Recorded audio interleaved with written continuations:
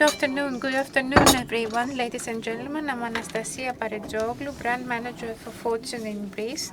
It's a great pleasure and an honor for me and us to have Forbes support the annual economic forum of E.EN.E. This is the 7th annual economic forum. We are always supportive of E.EN.E. Every single year there's continuity and profundity in our collaboration. Over the next few minutes, I am happy because I will be coordinating and moderating 3 panel discussions or live interviews with 3 iconic leaders from the Greek economy and the business arena. First, the chairman of the BoD, SEV Hellenic Federation of Enterprises. He's also the chairman of the board of Titan, Dimitri Papalexopoulos. Thank you for agreeing to meet with us. Thank you for the invitation and thank you for describing my sector as a peak or state-of-the-art sector. Indeed, quite often it's downplayed. Quite often, the extent to which industry and production have changed and how much they depend on state-of-the-art technologies is often downplayed. Technology these days is forging the very DNA of production and industries and also the outcomes thereof. Let us kick off this discussion, which of course we're all interested in. But I will associate your interview with another capacity of yours. You are the Vice Chairman of the European Roundtable for Enterprises, and you're also a Vice President of the Committee on Climate Change and Climate Transition. You travel a lot. You actively participate in various international fora. Moreover, you are well versed in terms of best practices that businesses are called upon to follow in every country in order for them to deal with this huge challenge that is also a risk, i.e. climate change, the climate crisis, and transitioning over to clean energy. And let me ask you, as concerns your institutional capacity, first off, your capacity in SEV, what initiatives are you taking in that direction?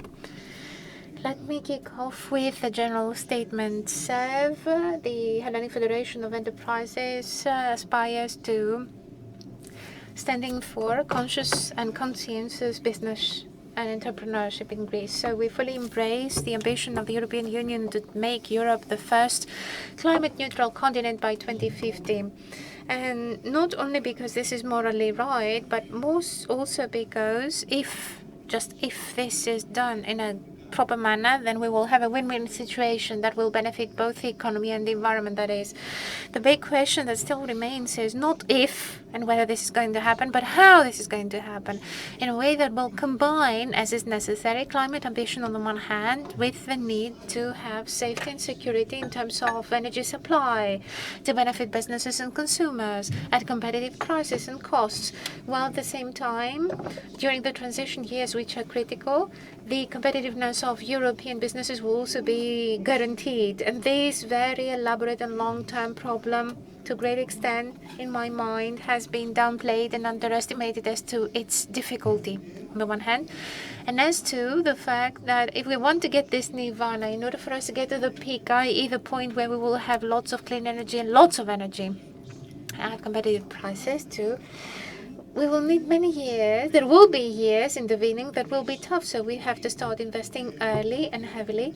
We have to agree that during this transition there will be a higher cost involved, and we also need to know that there will be risks and there will be ups and downs, just like we are having an energy crisis now.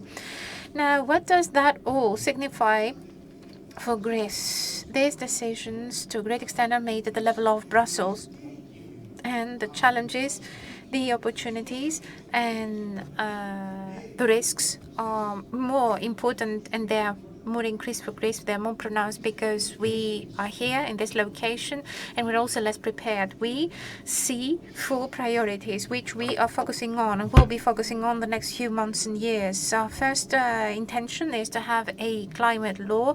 A draft bill was brought before or rather is being discussed, so it's up for consultation. The climate legislation that will weigh properly ambitious goals with what we can realistically achieve within the span that we have. A second thing, we have to pick up speed And we have to pick up speed in terms of investing in the energy sector, especially green energy and energy infrastructure, as well as interconnections, and an energy market system which is not working in a satisfactory manner in order for us to get the energy we need. This is a major challenge. If you look at it just from the mere point of licensing, it's tough to see how we will be able making to the goals that we've set, and we need to achieve those goals. A third priority, now that production and energy generation, or rather industrial production in Greece, which is energy consuming, is doing very well, then we have at this point in time to ensure that it will be competitive globally, of course. The government was right when it first tried to accommodate the needs of vulnerable households, but it also needs to take stock of what is needed in terms of Greek industrial production. And the fourth priority is also about having a level playing field, so to avoid illegal competition, because Greece is exactly in this corner of the world, at the apex of the European Union or the borders. There's the risk of carbon leakage, i.e. there's this risk of having Greek industrial plants move to European countries, and there will be a cost, not just economic one, but also environmental cost involved. That's why CBAM and the carbon adjustment mechanism and other such mechanisms are being discussed as we speak in Europe. They will allow, over the next few years, the critical period that is, for Greek enterprises to still be competitive in order for them to invest in the transition. Your analysis is very, very pertinent and interesting. I don't think these priorities had ever been set in order. To my understanding, all of that should have been done yesterday, but they would need time, Mr. Papalexopoulos, and I don't know whether there will be enough time, sufficient time, for us to eventually not be lagging behind because of our singularities, because of the problems of the delays for businesses. It's up to us. It's in our hands. Okay, I'm making a mental note of that, says Mrs. Paretzoglou. So let me add something which is optimistic. Greek manufacturing during the crisis demonstrated great reflexes. There was extroversion, there was growth and development, and we've seen that happen even during the pandemic. Despite that, that part of the industry is really lagging behind compared to the rest of Europe, i.e. the European average, and so Greek manufacturing is called upon also to make it into transition, energy transition. So will we be able to cope, and what sort of prerequisites should be there?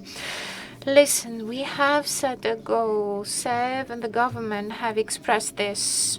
They've said so much. So our goal is to make sure that manufacturing will go from 10 to 15%. The participation of the manufacturing business in terms of climate change and the adjustment thereof over the next 10 years should go from 10 to 15%. So some have something to do with the energy transition, but a lot is pertinent to the innovation economy, which we've been talking about today, all day today.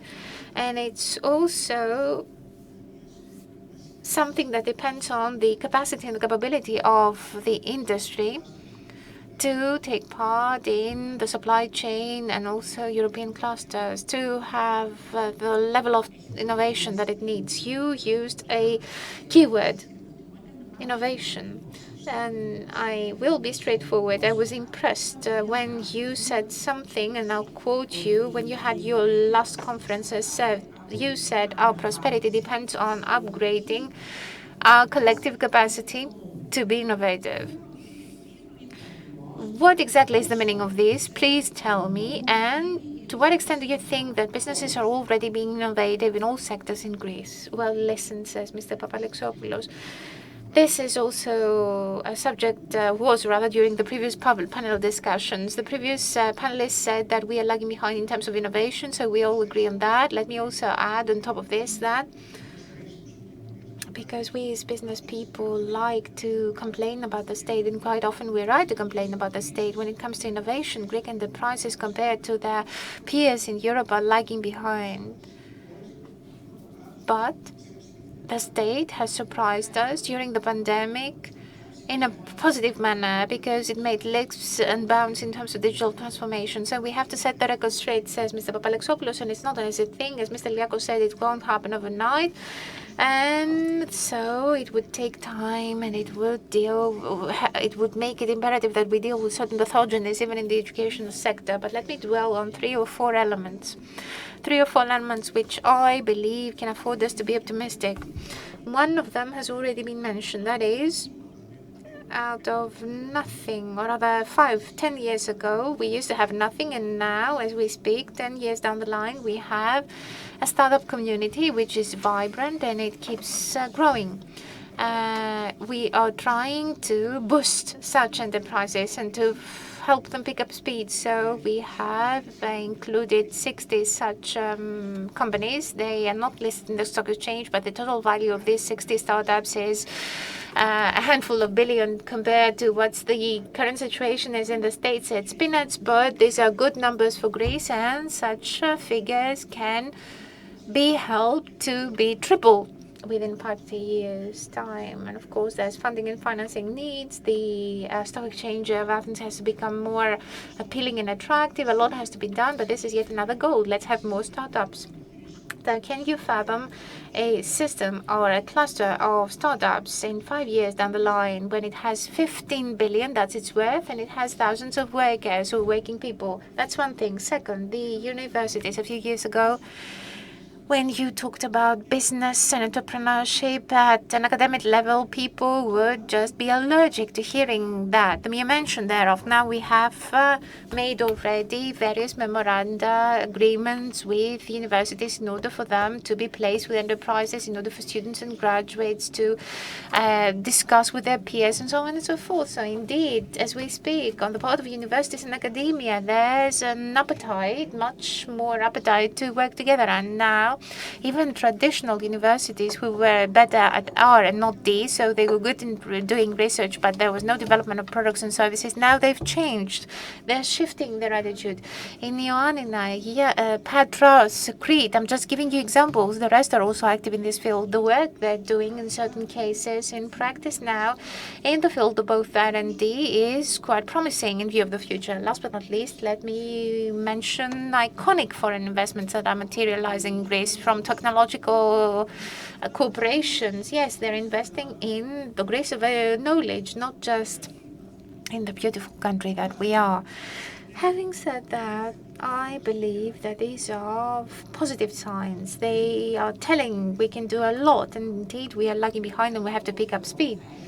I would go so far as to say, Mr. Papalexopoulos, that what really matters as we speak for the enterprises, regardless of whether we're talking about big enterprises or smaller or SMEs, what really matters, what really is important is a change in business culture. I think during the previous panel discussions, it was mentioned that we have 700,000 smaller enterprises. If there's no effort to be made to have synergies and collaborations, then it will be difficult to have the scale up that we're waiting for. You're right, and I would like to highlight what Mr. Tsakiris said before from a different point of view, but I'm saying the same. When it comes to big enterprises and corporations, that is, those who have more than 250 people on their payroll on average, you have 35 to 40% of European citizens working there. In some cases, in Germany, it's 50 or 60%. In Greece, it's less than 15%. So if we think of the fact that in order for our country to be competitive on the global arena, or rather in order for a great company to be able to be competitive abroad, in order to invest in R&D, in marketing and development of its own human resources, in order for it to proceed with collaborations, then it has to have a critical size, and therefore it is imperative that we have more companies that will have this critical size in order for them to be able to invest in the future. And as the previous speaker said, they were to the point, of course, taxation, fiscal taxation and tax incentives play a role, but we have to deal with deeper pathogenies. And I'll be straightforward, and I'm not ashamed. I work for a family enterprise, and I am where I am because my predecessors gave me this right. Maybe it's not just on merit, But one of the things we have to do is to look at the ways in which family businesses are working and take advantage of this in order for them to do away with the negative stereotypes, in order for these small and medium-sized enterprises to embrace ESG, to get to the bigger size that is needed. Of course, what you just said is closely associated with the ways in which leadership is called upon to change. After the pandemic, we realized that what is needed is a change in the leadership paradigm that businesses are following, regardless of whether we're talking about big or smaller enterprises. We're talking about the human element, the strengthening thereof, the human resources, all the chain, skills that all these people are called upon to have. And then there's the climate crisis, technology. Technology is entering the field of enterprises, and that's where it becomes apparent that we have to change in the leadership paradigm, but also the culture of Greek enterprises in order for us to be able to pick up speed, to have rapid growth that will be enduring and profound. I'm optimistic, says Mr. Papalexopoulos. On the one hand, there's this generation that is being raised in a different manner. So, by default, this new generation, the younger generations, will find it easy to adjust to the new models and paradigms. And then again, I'm also optimistic because one of the few positive side effects of the 10-year crisis that we've been going through, and it had a toll on our society, is that a great part of our society and also the business world has by now stopped expecting the state to provide it with solutions. By tradition, I think we counted on the state telling us what to do and the state providing us support to act. I think that now more and more people, and especially more and more business people, are opting for a new mentality. They know that change is happening too fast and it's too big, so the business world will continue and proceed, but they're not waiting for the state. It would be good if the state helped them out, but still they will proceed nonetheless. I think we had embarked on this process prior to the pandemic, but I think the pandemic was not really helpful because incentives were given during the pandemic and benefits and subsidies in order to keep the businesses still standing on their feet over this 2-year period. But maybe the fundamental mistake of our past was that not just enterprises, but generally speaking, the Greek community was expecting everything from the state. But I understand from what you said that things are changing and there's a mindset shift as we speak. Let me say something about it. Quite often at the level of SEV, the Hellenic Federation of Greek Enterprises, we try to take stock of how the community, the Greek society, views entrepreneurship. And we know that traditionally speaking, for many years, society tends to think of enterprises as the opponent. They don't really embrace the business people or entrepreneurship. Over the past few months and years, things are changing. It turns out that entrepreneurship has now a positive impact on the Greek public opinion. Almost 80%, 80, seems to embrace it. Of course, we're talking about entrepreneurship in a general manner, in an abstract manner. When you start talking about this and that business person or the Federation of Enterprises, then this 80% shrinks. There's a certain idealization, but there's a clear shift. We can build on it. So, as I'm bringing this very interesting discussion of ours to an end, Mr. Papalexopoulos, let me ask you this.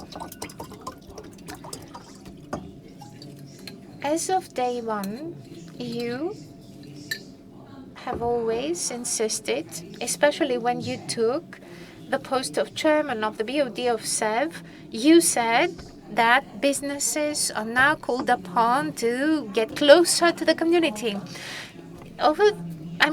Given the pandemic as well, I think we saw that happen.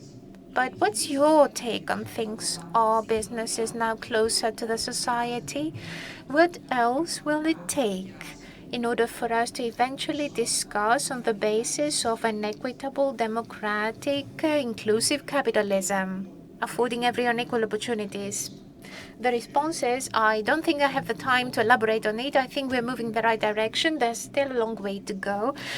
We have to invest in proper governance and transparency. We also have to invest in conversing with the community, lending an ear to what the citizens have to say. We have to develop products and services that consumers wish to buy, not what the system wants. We have to invest in the growth and development of our own people because our employees are part of the society and they're the best ambassadors of ours. We have to demonstrate that there's indeed corporate responsibility, and this was apparent during the crisis of insecurity in our communities. It turns out that the businesses, along with the community, can be faced with a win-win situation just as long as they work together. Thank you very much, Mr. Chairman. Thank you very much for being part of this meeting. Thank you.